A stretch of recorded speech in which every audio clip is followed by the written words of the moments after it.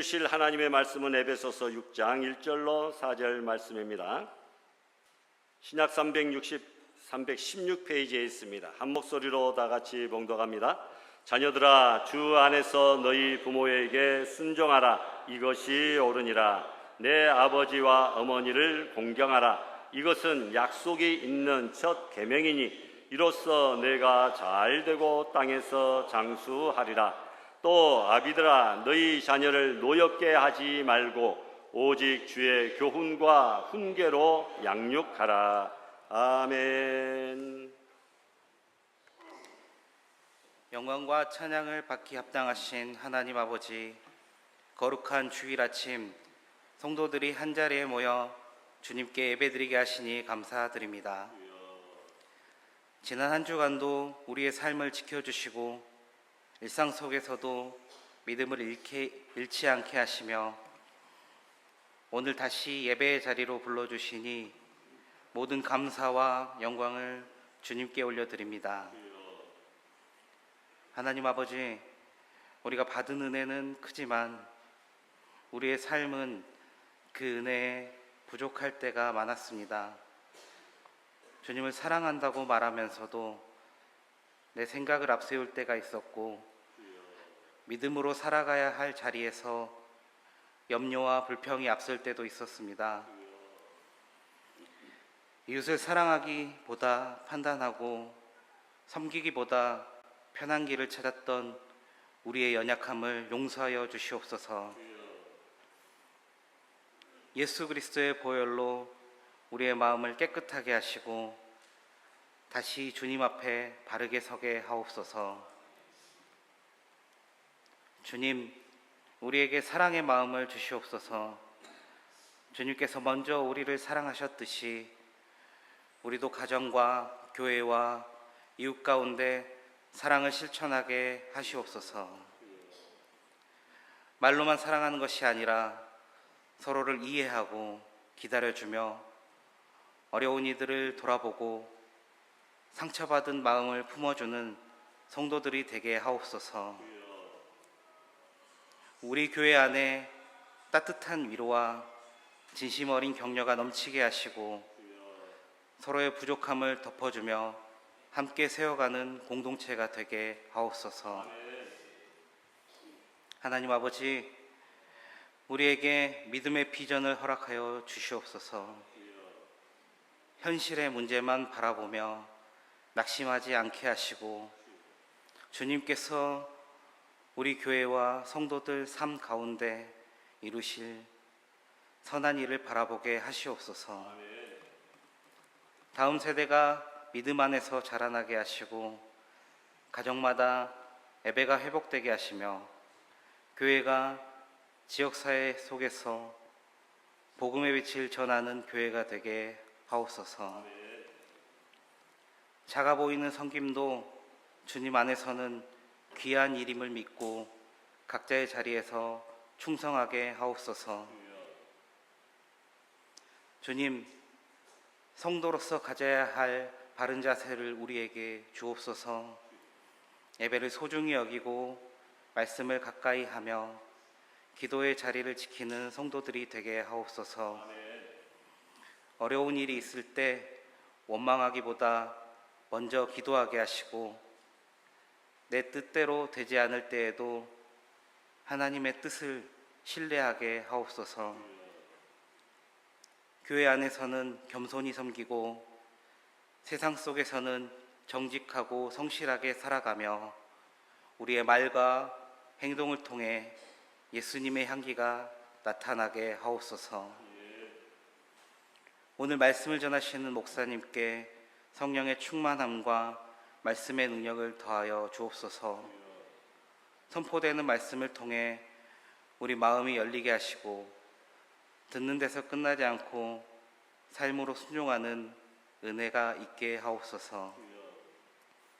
예배드리는 모든 성도들에게 하늘의 평안과 새 힘을 주시고 지쳐있는 영혼들을 주님께 친히 위로하여 주시옵소서. 호산나 찬양대가 찬양 드릴 때 하나님께서 홀로 영광 받으시길 원합니다. 주님께서 이 예배와 찬양과 기도를 기쁘시게 받으실 것을 믿사오며 모든 말씀을 우리를 구원하신 예수 그리스도 이름으로 기도드립니다. 아멘.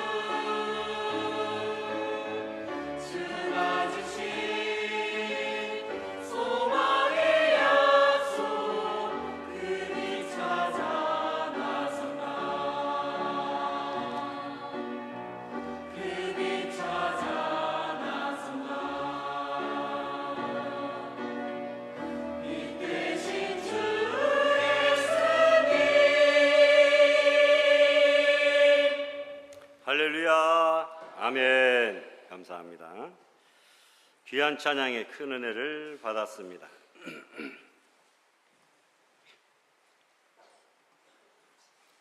오늘 우리가 대하는 말씀은 아주 가까운 우리 가정의 자리에서 우리를 부르시는 하나님의 음성입니다. 오늘 본문의 말씀은 멀리 있는 신비가 아니라 우리 집 문턱 안으로 들어오신 하나님의 말씀입니다. 이 말씀은 성전의 촛대 앞에서만 빛나는 말씀이 아니라 우리 가정의 밥상 앞에서, 자녀의 방 앞에서, 부모의 주름진 손등 앞에서, 아버지의 무거운 침묵 앞에서, 어머니의 오래된 눈물 앞에서 빛나는 하나님의 말씀입니다. 하나님은 거룩한 시내산의 구름 속에서만 말씀하지 않으시고 우리의 가장 평범한 일상의 가정 속에서 말씀하고 계십니다. 첫째로 1절 말씀 보니까 자녀들아 주 안에서 너희 부모에게 순종하라 이렇게 말씀합니다. 단순히 인간의 예절을 가르치는 도덕, 윤리, 철학, 교훈이 아닙니다. 이 말씀은 하나님의 창조 질서가 죄로 무너진 세상 속에서 어떻게 다시 은혜의 빛으로 회복되는지를 보여주는 복음의 말씀입니다. 하나님은 인간을 홀로 존재하는 섬으로 창조하지 않으시고 관계 속에서 태어나고 관계 속에서 사랑을 배우고 관계 속에서 하나님 앞에 설 수 있도록 만드셨습니다. 자녀와 부모의 관계는 인간이 이 세상에 태어나 처음으로 경험하는 사랑의 세계입니다. 그러나 죄가 들어온 이후에 인간의 모든 관계는 가정에서부터 흔들리기 시작했습니다. 사랑해야 될 자리에 욕망이 들어오고, 보호해야 될 자리에 지배가 들어오고, 순종해야 될 자리에 반항이 들어오고, 가르쳐야 될 자리에 분노가 들어왔습니다. 그때부터 가정은 천국의 그림자가 되기도 했지만 동시에 인간의 죄가 가장 먼저 드러나는 장소가 되고 말았습니다. 5월 달에 들려와서는 안 될 가족 간의 폭행, 살인, 또 제자가 스승을 폭행했다, 어쨌다, 이런 불미스러운 사건과 소식들이 들려오는 것은 죄가 관계 속에 들어와서 우리를 흔들고 있기 때문입니다. 그래서 가정은 천국의 그림자가 되기도 했지만 동시에 죄가 가장 먼저 드러나는 장소가 되기도 했습니다. 가장 사랑해야 될 사람들이 가장 깊은 상처를 주고, 가장 가까워야 될 사람들이 가장 멀리 느껴지며, 함께 살면서도 서로의 마음을 알지 못하는 외로운 섬들같이 되고 말았다라는 것이죠. 그러므로 에베소 6장의 말씀은 단순히 자녀는 부모의 말을 잘 들어야 된다, 이 말로 끝나지 않습니다. 이 말씀은 우리의 가정 안에 복음의 십자가가 온전히 잘 세워져야 된다라고 하는 말씀입니다. 부모와 자녀 사이에 그리스도의 은혜가 흘러야 된다라고 하는 말씀이기도 합니다. 본문에서 순종하라, 이 말은 헬라어로 휘파쿠에테입니다. 우리 헬라어를 읽거나 잘 알 필요는 없지만 뜻을 알려드리기 위해서 제가 기록해 놓았습니다. 이 말은 단지 겉으로 복종한다라는 뜻만이 아니라 아래에서 듣는다, 아래에서 듣는다, 이런 의미를 품고 있습니다. 참된 순종은 아래에서 먼저 듣는 것입니다. 아래에서 부모님의 말씀을 잘 듣는 것, 부모의 말소리만 듣는 것이 아니라 그 부모라는 통로를 통해 내게 생명을 허락하신 하나님의 뜻과 질서와 말씀을 듣는 것, 이것이 진정한 순종입니다. 물론 이 말씀은 부모가 언제나 옳다, 이 말이 아닙니다. 우리 부모도 연약한 죄인입니다. 부모도 상처받은 사람이고 때로는 자녀에게 상처를 주기도 합니다. 그래서 사도 바울은 단서를 붙였는데 주 안에서 순종하라, 이렇게 단서를 붙였습니다.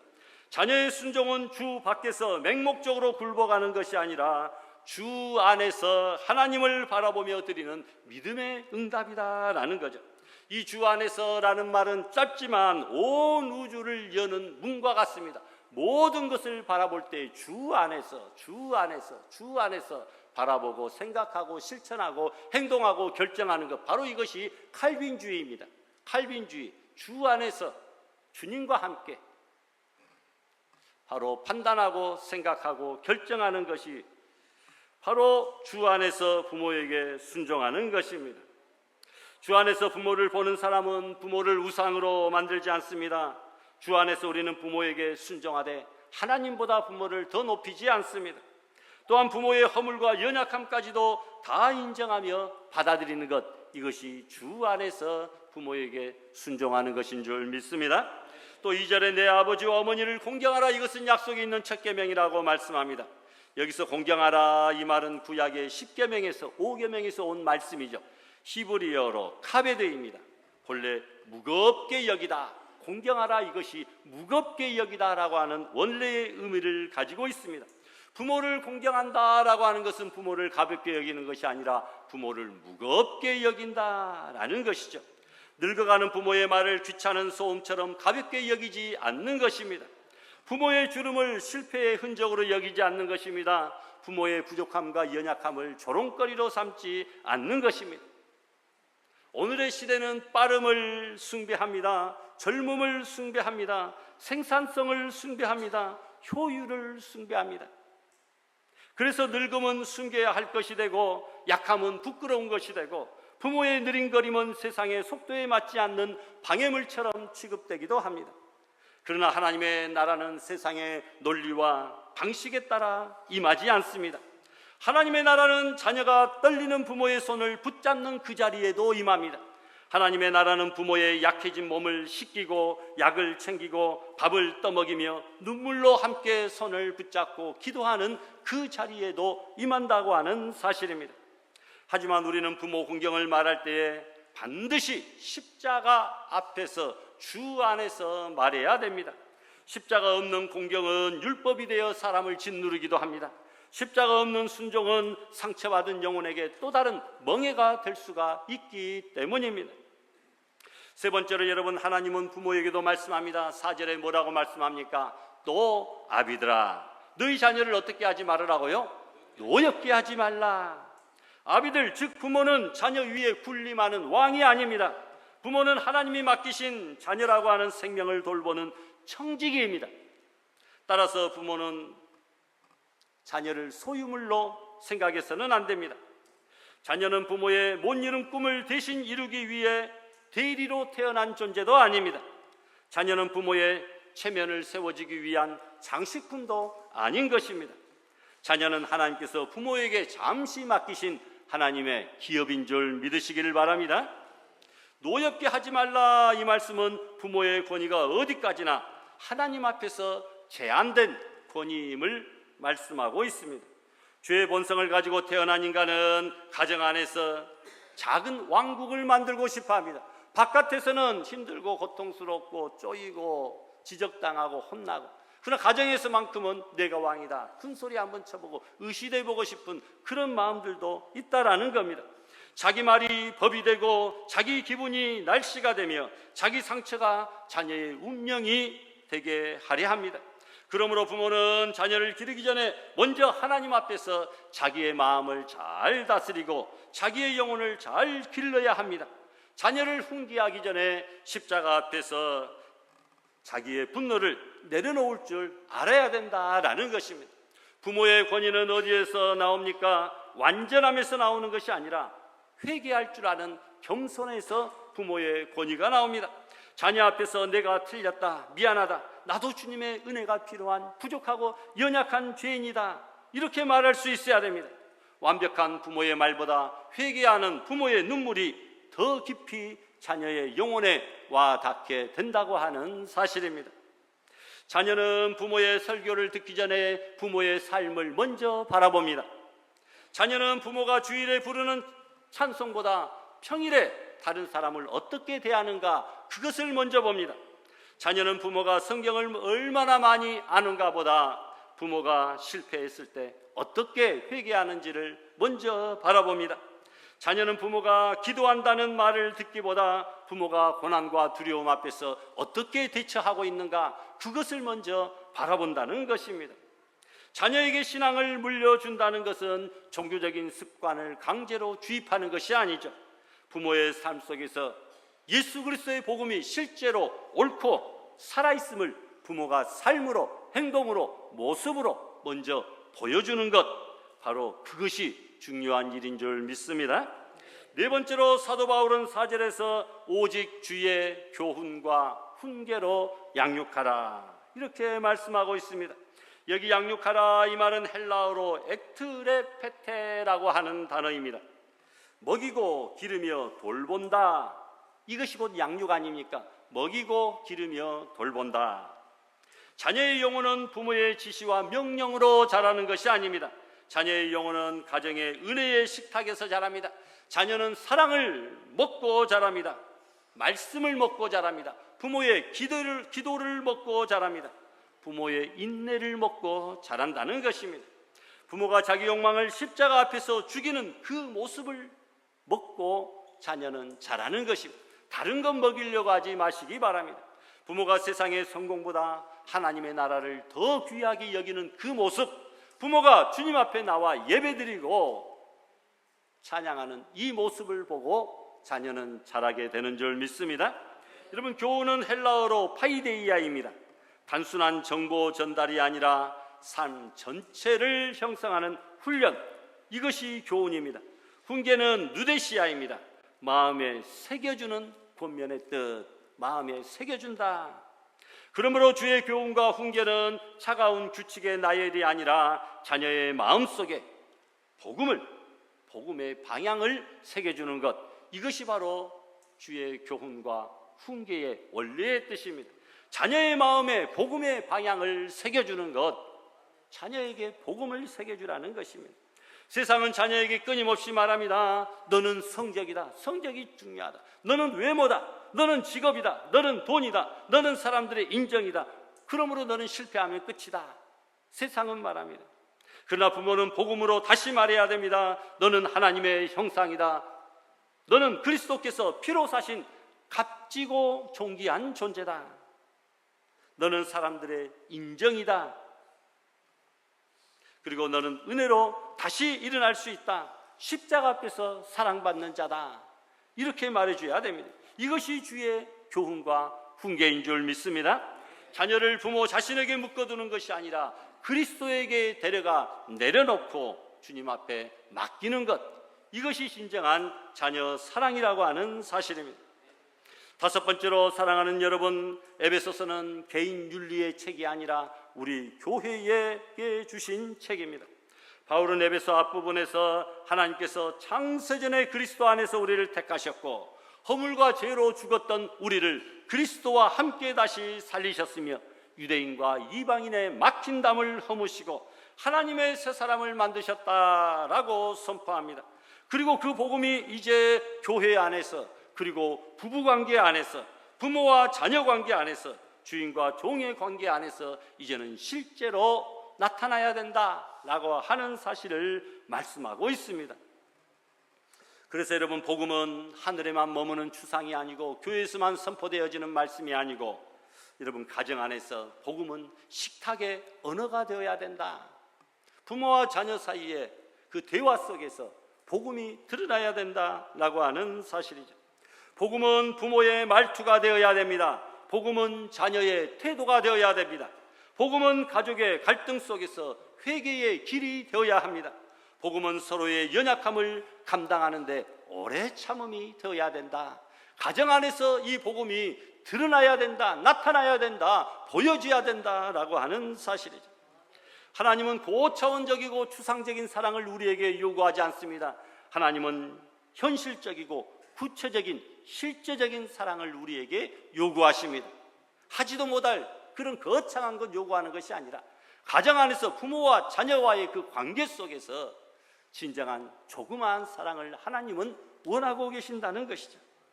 멀리 있는 사람을 사랑한다고 말하면서 집안의 사람을 무시하는 것, 이것은 신앙의 성숙이 아닙니다. 교회에서는 은혜를 말하면서 집에서는 독한 말로 자녀의 영혼을 찌르는 것, 이것은 복음의 향기가 아닙니다. 밖에서는 온유한 사람으로 보이지만 집안에서는 배우자와 자녀에게 분노의 얼굴로 보이는 것은 그리스도의 형상이 아니다. 물론 우리는 항상 다짐하고 결심하지만 늘 넘어지고 실패합니다. 누구도 완전한 부모가 아니고 누구도 완전한 자녀가 아닙니다. 그렇게 되려고 노력하지만 우리 인간은 연약하여서 자꾸 실패하고 넘어지고 쓰러집니다. 그래서 오늘 말씀은 우리를 정죄하기 위해 주어진 것이 아니라 우리를 십자가의 은혜로 다시 불러서 복음 앞에 온전히 세우기 위하여 우리에게 주신 줄로 믿습니다. 십자가 앞에서 부모는 자녀를 향한 자기의 욕망을 내려놓습니다. 십자가 앞에서 자녀는 부모를 향한 오래된 분노를 하나님 앞에 내려놓습니다. 그리고 십자가 앞에서 우리는 이렇게 고백해야 됩니다. 주님, 저는 부모를 사랑할 힘이 없습니다. 순종할 힘도 공경할 힘도 부족합니다. 또한 자녀를 양육할 지혜도 없고 능력도 없고 물질도 없습니다. 주님, 제 안에는 상처와 분노와 두려움이 너무나 많습니다. 그러나 주님, 주께서 저를 먼저 사랑하셨고 주께서 저의 불순종을 십자가에서 담당하셨고 주께서 저의 교만을 십자가에 못 박으셨고 주께서 저를 하나님의 자녀로 삼아주셨으니 감사합니다 라는 고백을 드리시기를 바랍니다. 예수 그리스도는 완전한 아들의 모범을 보이셨습니다. 그는 하늘 아버지께 온전히 순종하셨습니다. 그의 순종은 쉬운 순종이 아닙니다. 겟세마네 동산에서 땀이 핏방울같이 떨어지도록 간절히 기도하셨습니다. 아버지여, 할 수만 있거든 이 십자가의 고난과 죽음의 잔을 내게서 옮기시옵소서, 지나가게 하옵소서. 그러나 나의 원대로 마시옵고 아버지의 원대로 하옵소서. 이것이 순종의 절정입니다. 죽기까지 아버지의 뜻에 순종하는 그 순종. 여러분, 순종은 감정이 평안할 때만 하는 것이 아닙니다. 순종은 모든 것이 다 이해될 때만 하는 것이 아닙니다. 순종은 하나님이 선하시다는 믿음 위에서 내 뜻을 이해가 되지 않아도, 감정이 불편하여도 내려놓는 것입니다. 주님은 십자가에서 아들의 순종, 자녀의 순종이 무엇인가를 우리에게 보여주셨습니다. 또한 예수 그리스도는 완전한 아버지의 마음을 우리에게 보여주신 분입니다. 상한 갈대를 꺾지 않으시고 꺼져가는 심지를 끄지 않으시는 분이십니다. 그분은 베드로의 실패를 아셨지만 그를 버리지 않으셨습니다. 도망간 제자들을 아셨지만 부활하신 후에 그들에게 찾아오셨습니다. 그분은 우리의 연약함을 아시고도 우리를 찾아오시고 다시 한번 부르십니다. 따라서 부모가 자녀를 양육할 때 바라보아야 될 모습이 여기 있습니다. 진리는 분명하되 은혜는 더 깊어야 된다. 훈계도 반드시 필요하되 사랑의 품이 먼저 있어야 된다. 잘못은 말해야 되지만 그의 연약한 존재를 부정해서는 안 된다. 죄를 책망해야 되지만 자녀를 절망 속에 던져 넣어서는 안 된다라고 하는 사실입니다.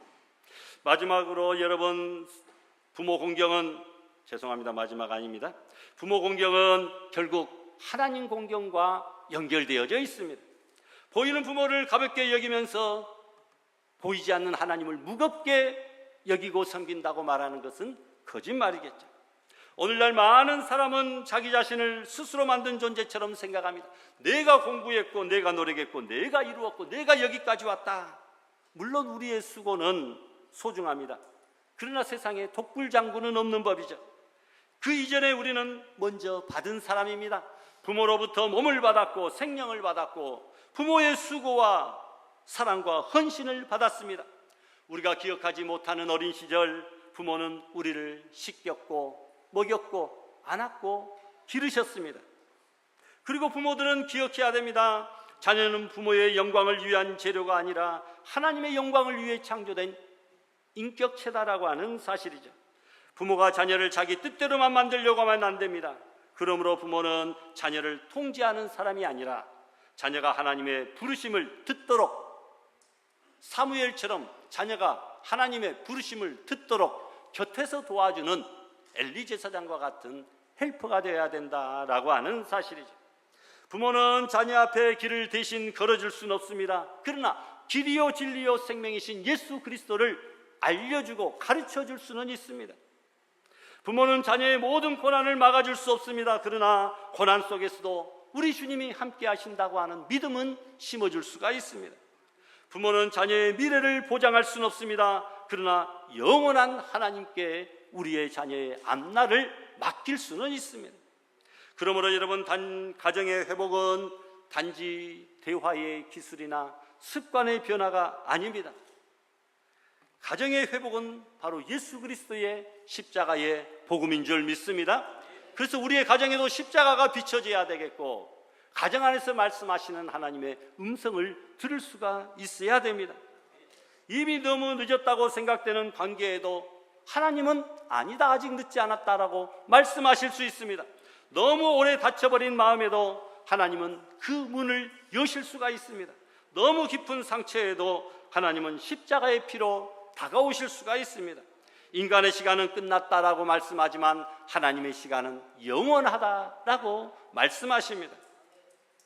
7번째로, 자녀들이여 부모에게 순종하십시오. 그러나 두려움의 노예처럼 순종하지 말고 주 안에서 순종하라. 주 안에서 순종하라는 겁니다. 그리고 부모들이여 자녀를 노엽게 하지 마십시오. 자녀의 꽃을 함부로 꺾지 마십시오. 분노의 말 한마디가 자녀의 영혼에 오랫동안 남는 법입니다. 부모가 무심코 던진 비교가 자녀에게는 평생의 상처가 됩니다. 너는 왜 그 모양이냐? 그 말보다는 그래도 주님은 너를 포기하지 않으신단다 라는 말을 들려줘야 돼. 너 때문에 창피하다 이 말보다는 내가 실패해도 너는 여전히 내 자녀이고 우리는 함께 다시 주님 앞에 다가갈 수 있다라고 격려해 주셔야 됩니다. 하나님은 오늘 우리에게 완벽한 가정을 요구하는 것이 아닙니다. 십자가 앞에서 무릎 꿇는 겸손한 가정을 요구하시는 것입니다. 완벽한 부모가 아니라 회개하는 부모를 찾으십니다. 완벽한 자녀가 아니라 주 안에서 다시 순종을 배우는 겸손한 자녀를 찾으십니다. 완벽한 대화가 아니라 은혜로 다시 시작하는 그 사랑의 한마디를 찾으십니다. 미안하다, 고맙다, 사랑한다, 함께 기도하자. 그래서 우리도 사랑합니다, 축복합니다, 행복합니다, 당신이 최고입니다 라고 인사하고 있지 않습니까? 여러분, 하나님의 시간은 인간의 시간과 다릅니다. 인간은 끝났다라고 말하지만 하나님은 아니다, 보라 내가 새 일을 행하리라고 말씀하고 있습니다. 늦어도 늦은 것이 아닙니다. 인간은 이 관계는 도저히 회복될 수 없다고 말하지만 우리 하나님은 죽은 자도 살리시는 하나님이십니다. 얼마든지 무너진 관계도 다시 회복시키시고 이어줄 수가 있다는 것이죠. 인간은 내 가정은 너무 늦었다라고 말하지만 하나님의 은혜는 늦은 시간, 오후 5시, 11시에도 포도원의 품꾼을 부르시는 하나님이십니다. 하나님 안에서는 늦어도 늦은 것이 아니다라는 것입니다. 진짜 마지막입니다. 그러므로 성도 여러분, 오늘 이제는 예배를 드리고 각자 집으로 돌아가시기 바랍니다. 부모가 살아계시다면 주 안에서 공경할 길을 찾으시고 전화 한 통이 될 수도 있고 따뜻한 말 한마디가 될 수 있습니다. 자녀가 있다면 오늘 그 자녀를 다시 믿음의 눈, 사랑의 눈으로 바라보십시오. 성적표로, 비교의 눈으로 보지 말고 하나님께서 피로 사신 영혼으로 바라보시라는 말씀입니다. 여러분, 자녀의 마음에 분노를 심지 말고 복음의 씨앗, 사랑의 씨앗을 심으시기를 바랍니다. 그리고 자녀를 위해 기도하시고 자녀 앞에서 회개하시고 자녀에게 주님을 보여주시고 완벽한 모습을 보여주려고 하기보다는 주님의 은혜 없이는 나는 하루 한순간도 살 수 없다라고 하는 그 모습을 자녀들에게 진실된 모습을 보여주시기 바랍니다. 그리고 우리 모두 이제는 하나님 아버지께 달려가야 됩니다.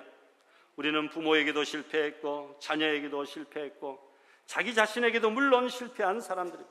그러나 하나님 아버지는 실패한 자녀를 부르십니다. 그분은 우리를 위하여 아직도 팔을 벌리고 계십니다. 그 팔은 십자가 위에서 못 박히신 팔입니다. 세상의 죄를 대신 담당한 팔입니다. 불순종한 자녀를 다시 품기 위하여 찢기고 피 흘리신 팔, 돌아온 탕자를 말없이 안아주신 그 팔이다라는 겁니다. 수고하고 무거운 짐진 자녀들아, 수고하고 무거운 짐진 자녀들아, 다 내게로 오라, 내가 너희를 편히 쉬게 하리라. 주님께서는 말씀하십니다. 가정으로 돌아가시고 부모에게로 돌아가시고 자녀에게로 돌아가시고 하나님 아버지께로, 예수님께로 돌아가시기 바랍니다. 말씀을 맺습니다. 성령께서 우리 가정 위에 임하시기를 바랍니다. 오래된 말의 상처 위에 성령의 위로가 임하기를 바랍니다. 닫혀버린 방문 앞에 성령의 바람이 불기를 원합니다. 부모와 자녀의 굳은 마음들이 십자가 앞에서 다시 녹아지기를 원합니다. 주님께서 우리의 가정의 주인이 되시기를 원합니다. 그리고 마지막 날 주님이 재림하시고 모든 눈물이 닦이는 그날에 우리는 비로소 깨닫게 될 것입니다. 주님은 우리의 실패 속에서도 일하셨고 우리의 기도 속에서도 침묵하지 않으셨고 우리의 가정 안에서도 보이지 않는 은혜의 강을 흐르게 하고 계셨다고 하는 그 사실을 비로소 그때 깨닫게 될 줄로 믿습니다. 그러므로 오늘 우리가 십자가를 붙드시고 부모를 향해, 자녀를 향해, 그리고 하나님 아버지를 향해 믿음의 발걸음을 한 걸음 더 내딛으시면 주님께서는 우리와 함께 하시고 주님의 은혜가 우리보다 더 먼저 앞서가시며 주님의 사랑이 우리를 끝까지 붙드시는 줄 믿으시는 복된 성도들이 다 될 수 있기를 주님의 이름으로 축원합니다. 주신 말씀 생각하시며 다 같이 통성으로 합심 결단 기도 드립시다.